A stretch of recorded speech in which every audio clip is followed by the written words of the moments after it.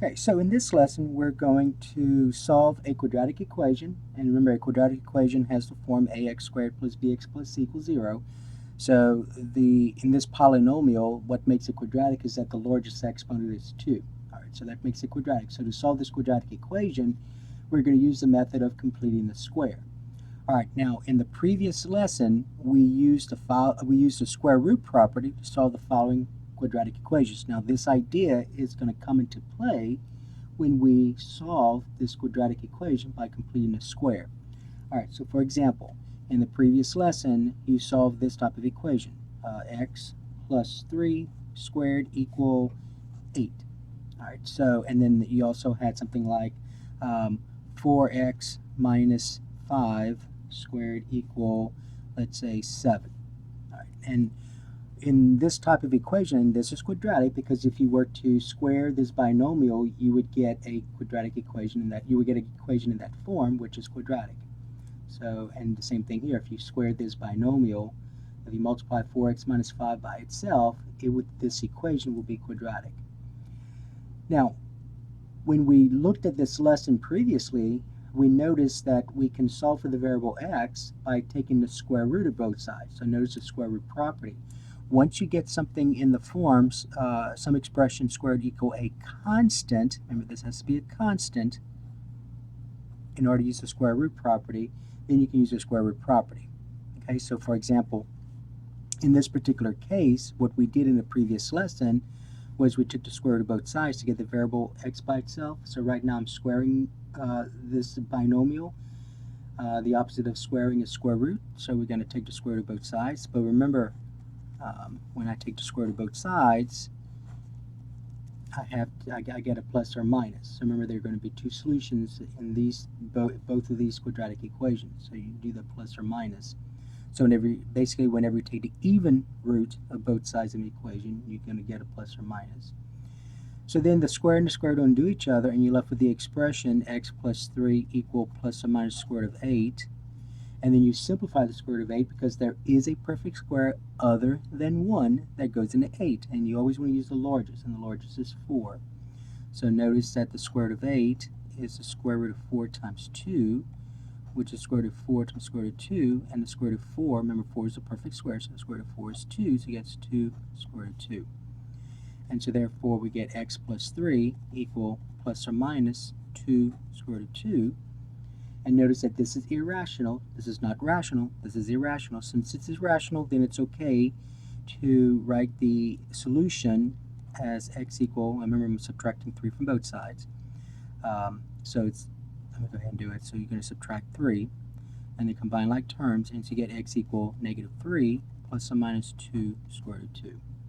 Okay, so you get this irrational solution, and there are two of them. So you can write it as that, or you can write it as negative 3 plus 2 square root of 2, or negative 3 minus 2 square root of 2. So those are your solutions. So that's the idea you're going to use with completing the square. So at some point, you're going to take the square root of both sides. Okay? All right, now let's look at some examples with completing the square. Okay, so we're going to solve by completing the square. Solve each equation, each quadratic equation,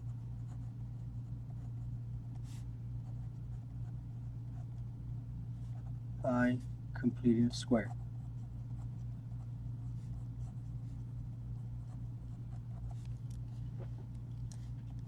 Okay, so the first one, and let's say the first one is this quadratic equation, x squared plus 6x plus 3 equal 0.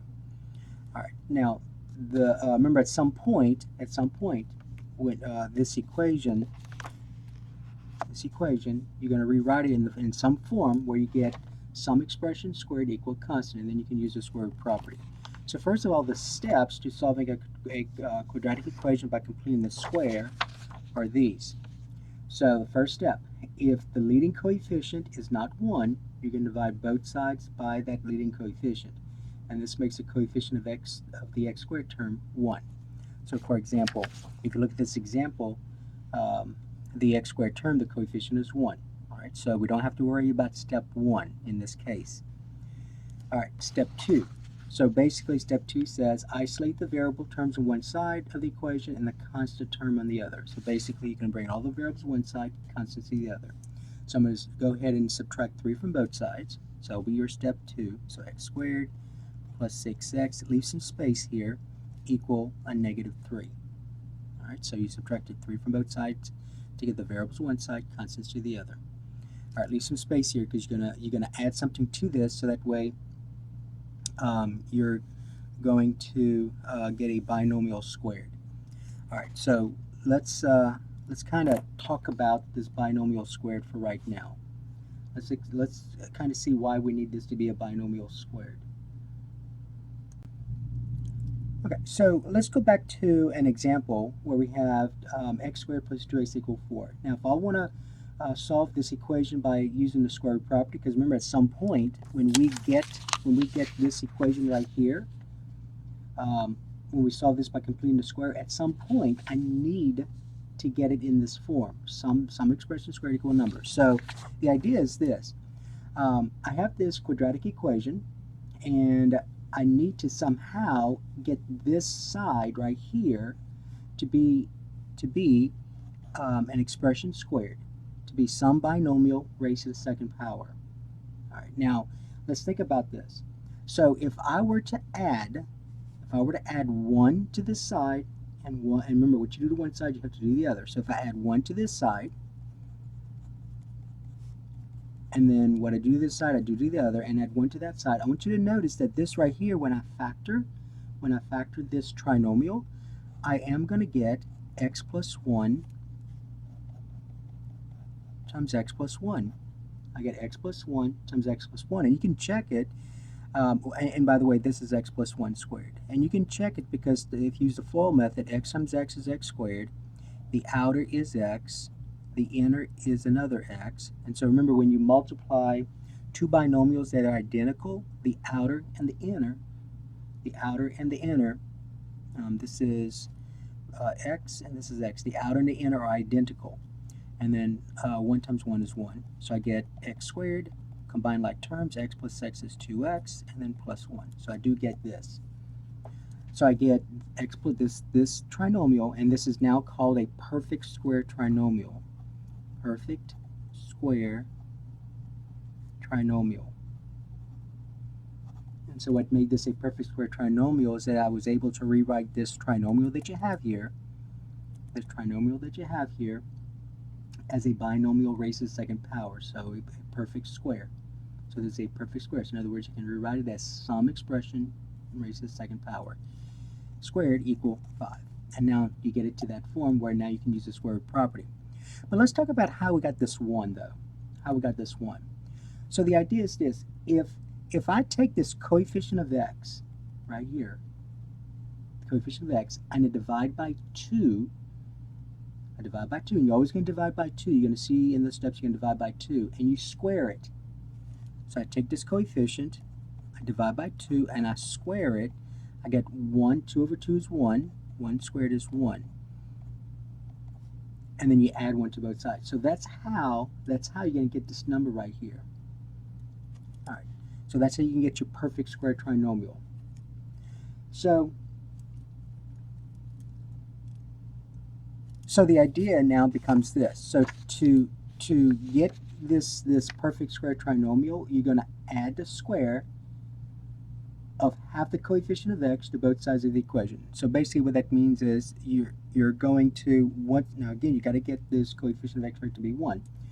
Once you get the coefficient of x right to be 1, then, and you bring the variables one side, constant the other, then you take the coefficient of x, which in this case is 6, okay, and I'll go off to the side and do that and put in parentheses. It always helps to put in parentheses, especially if the coefficient of x is negative. So in this case, the coefficient of x is positive. Divide by 2. You're always dividing by 2. Always. Divide by 2. And then you're going to square. Now let's simplify this. 2 divided by 2 is 3. 3 squared is 9. So that 9 is what you're going to add to both sides. So that 9, by adding that 9, you're now making this trinomial a perfect square trinomial.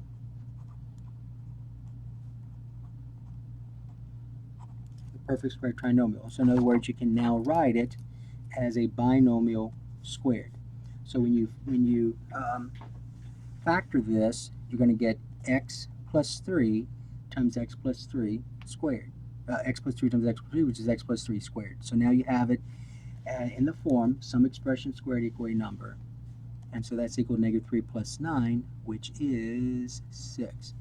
Now what you should notice that whatever this number is right here, see this plus 3? So that's why I asked you to put in parentheses. So this plus 3, that's what you're going to see here. So just make sure that these two correspond right here. Okay, and then next step is, remember now that looks like something you had in the previous lesson, so it looks in that form. So now you're going to take the square root of both sides. So that's the next step. So the next step is to use the square root property to solve for x. So I'm going to go ahead and rewrite this. And then take the square root of both sides. Don't forget the plus or minus. And then the square and the square root undo each other. So you get x plus 3 equal plus or minus square root of 6. Since this is irrational, just bring the 3 over and you're done. So subtract 3 from both sides. You get x equal negative 3 plus or minus the square root of 6. That's your solution. Now, in this example, the coefficient of x squared was 1. So let's do some examples where the coefficient of x squared is not 1. All right, so number 2. So let's suppose number 2, we had 4x squared minus 8x minus 5 equal 0. So 4x squared minus 8x minus 5 equals 0.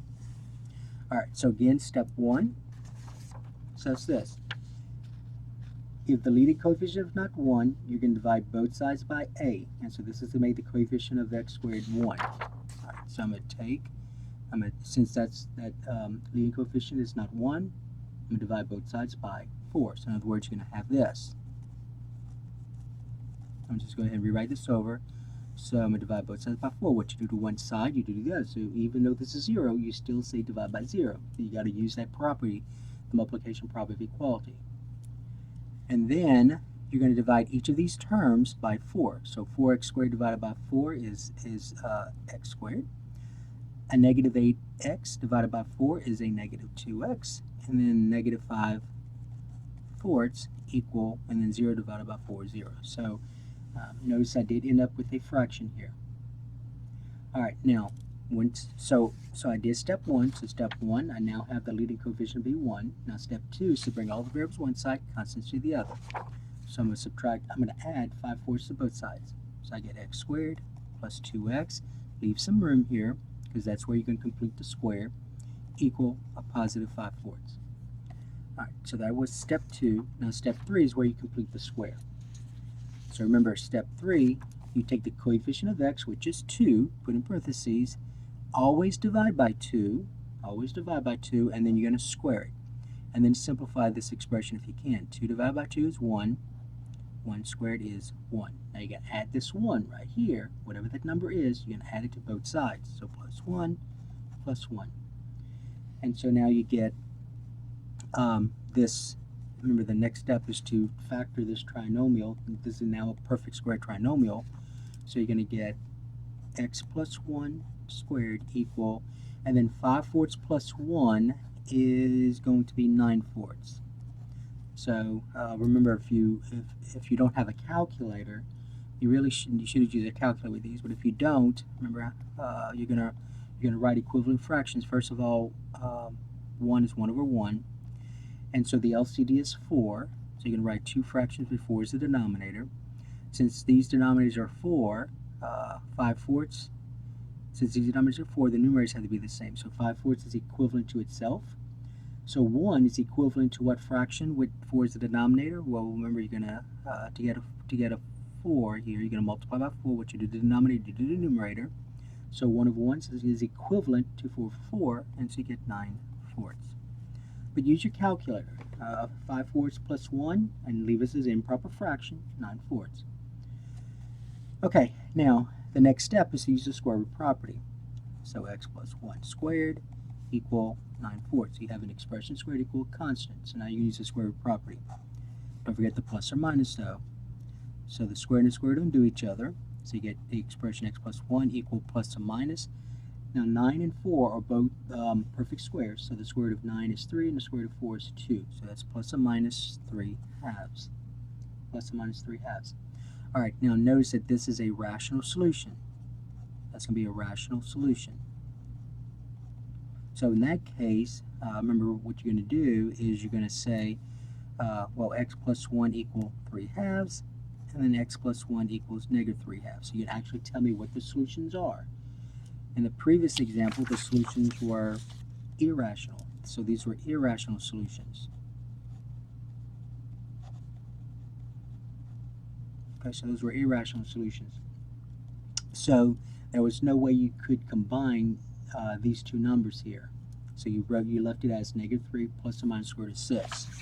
But when we do this, when I subtract 1 from both sides, I can combine these two numbers because 3 halves is rational and negative 1 is rational. So I can combine those. So remember, 3 halves subtract 1 is just 1 half. And over here, when I subtract 1 and combine like terms, x equal a negative 3 halves and a negative 1. Let me make sure I did this correctly. Oops, I'm sorry right here. I did make a mistake right here. Let me go back. See this x squared minus 2x minus 5/4? I just messed up right here. That should be a minus. Okay, that should be a minus. This is a minus right here. That's a minus, and then a negative 1 squared is still 1. All right, so sorry about that. So that's subtraction, that's subtraction, that's subtraction, that's subtraction, and that's subtraction. So I did somehow mess up here. So that should be x squared minus 2x. So x squared minus 1 squared. So remember how we said that this number here should be the same as this. And so now I'm going to add 1 to both sides. And so 3 halves plus 1 is actually 5 halves. 3 halves plus 1 is 5 halves. And then adding 1 here, negative 3 halves plus 1 is actually a negative 1 half. So those are your solutions. Okay? Alright, so just go back over here and just kind of see what I did. So for some reason I messed up with the sign here. So that's x squared minus 2x. Okay? And now you're going to add 1 to both sides, and the rest is okay. All right, let's look at another example. Okay, example 3. All right, let's suppose we had, let's suppose we had 2x squared plus 10x equal negative 13. So 2x squared plus 10x equal negative 13. All right, so step 1, remember I got to get this x squared term to be a coefficient of 1, so I'm going to divide both sides by 2. Let's go ahead and rewrite this over. And then rewrite as 2 fractions, so 2x squared divided by 2 is just 1x squared. Positive 10x divided by 2 is a positive 5x. Leave some space here, equal, and then negative 13 halves. All right, now let's go to this now. So the next step, remember the next step is where you can complete the square. So you're going to take the coefficient of x, you're going to divide it by 2, and then you're going to square it. Whatever that is, you're going to add it to both sides. So the coefficient of x is 5, put in parentheses, 5 divided by 2. I cannot simplify this, I cannot reduce it, but don't forget to square it. And so 5 halves times 5 halves is 25 over 4. Alright, now you're going to take that number and you're going to add it to both sides. So I get x squared, actually let's do it here. So plus 25/4 plus 25/4. Okay? Now, this right here is a perfect square trinomial. So when you factor it, you're going to get a binomial times itself. And when you factor it, you're going to get x plus, alright, now, just be careful with the fractions. Most of you have not had, almost all of you have not had experience with factoring trinomials where in this case the constant term is a fraction. But remember we talked about it a while ago. This number here, when you factor this trinomial, this number here you should see. Okay? So this number here, 5 halves, needs to be in here. So in other words, if you were to do this correctly, if you were to factor this correctly, this would be x plus 5 halves squared. Now let's check it just to be on the safe side. So x plus 5 halves times x plus 5 halves. Alright, so let's FOIL it. X times x is x squared. The outer is a positive 5 halves x. The inner is also a positive 5 halves x. Remember, these binomials are identical, so the on the inner should be the same. And then 5 halves times 5 halves, so 5 times 5 is 25. And then 2 times 2 is 4. Combining like terms, since the denominators are the same, we just add the numerators. So 5 plus 5 is 10, so this becomes x squared plus 10 halves x plus 25 fourths.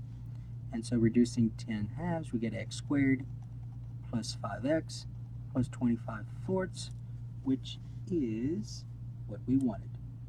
Okay? Alright, so x plus 5 halves squared equals, alright, and over here, just use your calculator if you don't want to take the time to actually find the LCD. So in my calculator, I would just say negative 13 halves, so negative 13 divided by 2, plus 25 divided by 4, equal, and I get this fraction. Now, most of you know, all of you should know, that negative 0.25 means a negative 25 hundredths, which is actually negative 1/4. But if you didn't, remember in this calculator, you go to, you see where it says, you can't see it here, but it says F to D, or D to F. So fraction to decimal, decimal fraction. So to get to it though, I've got to press second, and then this function button right here, and then press equal, and I get negative 1/4. Okay, so that's equal to negative 1/4. Okay, now, if you didn't have a calculator, I'm going to do it again, but I'm not going to always do this because I don't have enough time. But if you had a calculator, you find the LCD is 4, so you're going to write equivalent fractions. So negative 13 halves plus 25 fourths, so the LCD is 4. So you're going to write two fractions with that denominator. So negative 13 halves is equivalent to what fraction over 4? So to get that, I'm going to multiply both sides by 2, because 2 times 2 is 4. But what you do to the denominator, you do the numerator. So negative 13 times 2 is a negative 26. So negative 13 halves is equivalent to negative 26 fourths. These denominators are the same, so every fraction is equivalent to itself. So the numerator is going to be the same. And so negative 26 fourths plus 25 fourths is a negative 1/4. Alright, now once you get in that form, you're going to use the square root property.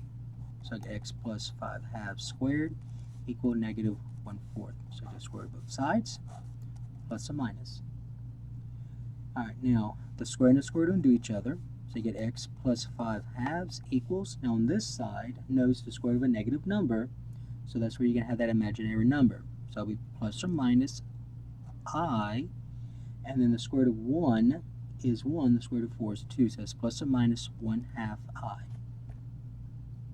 Alright, now since this is an imaginary number, let's just bring the 5 halves over. So we're going to subtract 5 halves on both sides, and then combine like terms, so I get x equal negative 5 halves plus or minus 1/2 I. Alright, so there are multiple ways you can write your solutions here. You can leave it like this, but notice there are actually two solutions. Or since the denominators are the same, you can actually write it as negative 5 plus or minus I divided by 2. So notice that this and this are the same thing, because if I write this as two separate fractions, negative 5 halves plus or minus, and then this is, remember this is understood to be 1, so 1/2 I. You can also write as two separate solutions. So negative 5 halves plus 1/2 I, and then negative 5 halves minus 1/2 I. So multiple ways of writing these solutions, these imaginary solutions. All right, so that was number 3. Okay, let's solve this quadratic equation by completing the square. That should be an x right here. Okay, so to solve this by completing the square, remember I got to get this coefficient right here to be a 1. It is not a 1, it's a 2. So I'm going to divide both sides by 2. So what I do to one side, I do to the other. Alright, and then we're going to write this as separate fractions. So I get 2x squared divided by 2 is just 1x squared. This becomes negative 3 halves x, and this becomes plus 1 half. And that's equal to 0 divided by 2 is 0. Okay? Alright, now, so that was step 1. Step 2 is where you bring all the variables to one side, constants to the other. So I'm going to subtract 1 half from both sides, and then leave some space here. Leave some space, equal, and then negative 1 half. So don't forget, that's negative 1 half, though, not a positive 1 half, because you're subtracting, right now you're adding 1 half, the opposite is to subtract 1 half. Okay, now, the next step is where you complete the square. Okay, so right here, remember that you take the coefficient of x, which is negative 3 halves, and you divide by 2. Now remember, dividing by 2 is the same thing as multiplying by a half. Whatever that is, you're going to square it. Alright, now when I simplify this expression, this numerical expression here, negative 3 times 1 is a negative 3, and then 2 times 2 is 4. Don't forget to square it, so this becomes a positive 9/16. Positive 9/16. So this is always going to be positive right here.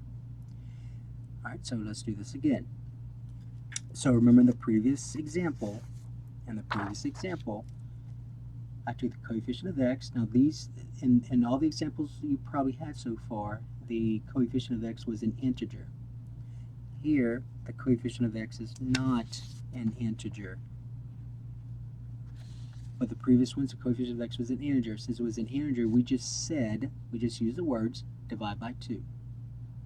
But dividing by 2 means the same thing as multiplying by half, because if you think about it right here, 5 times a half means 5 over 2. Okay? So when the coefficient of x is not an integer, instead of saying divide by 2, just go ahead and multiply by a half, and it makes things a lot easier for you. Alright, so now we're going to add 9/16 to both sides.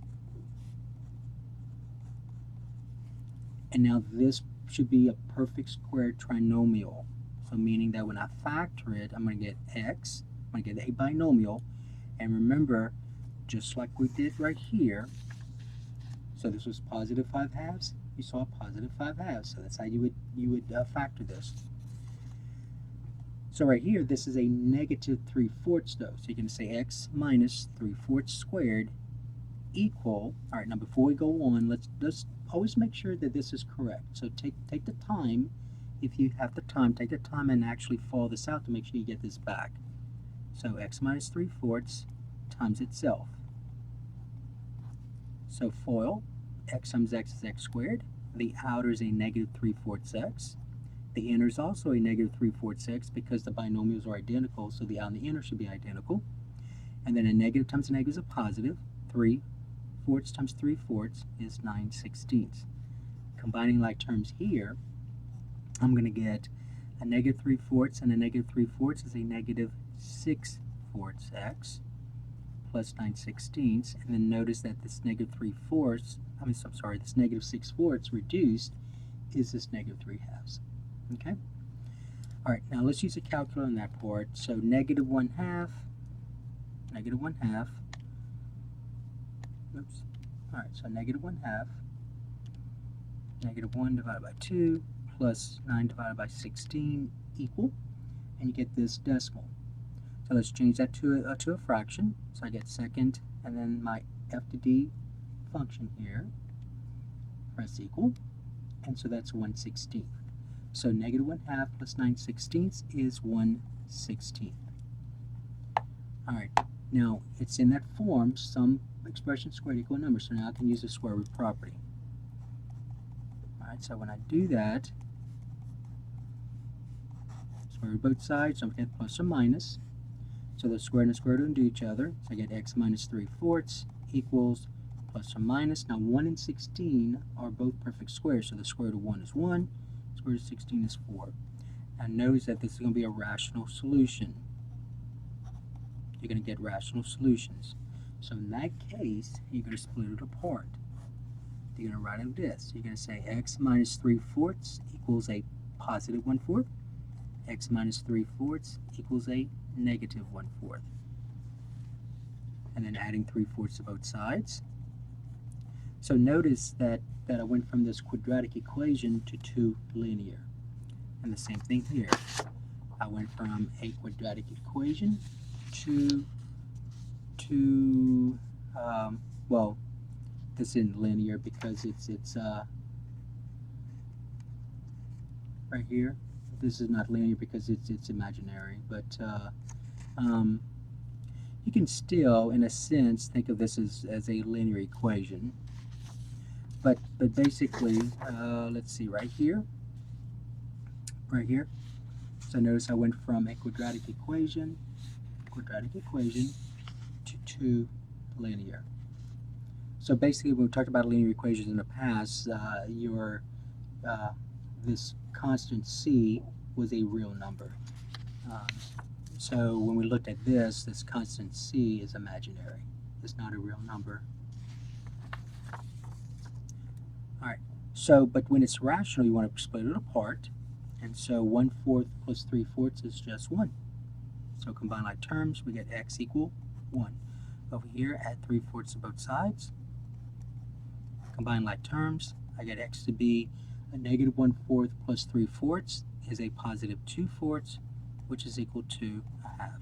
So your solutions are 1 and a positive 1/2. Okay, so those are irrational solutions. All right, so in these examples, basically,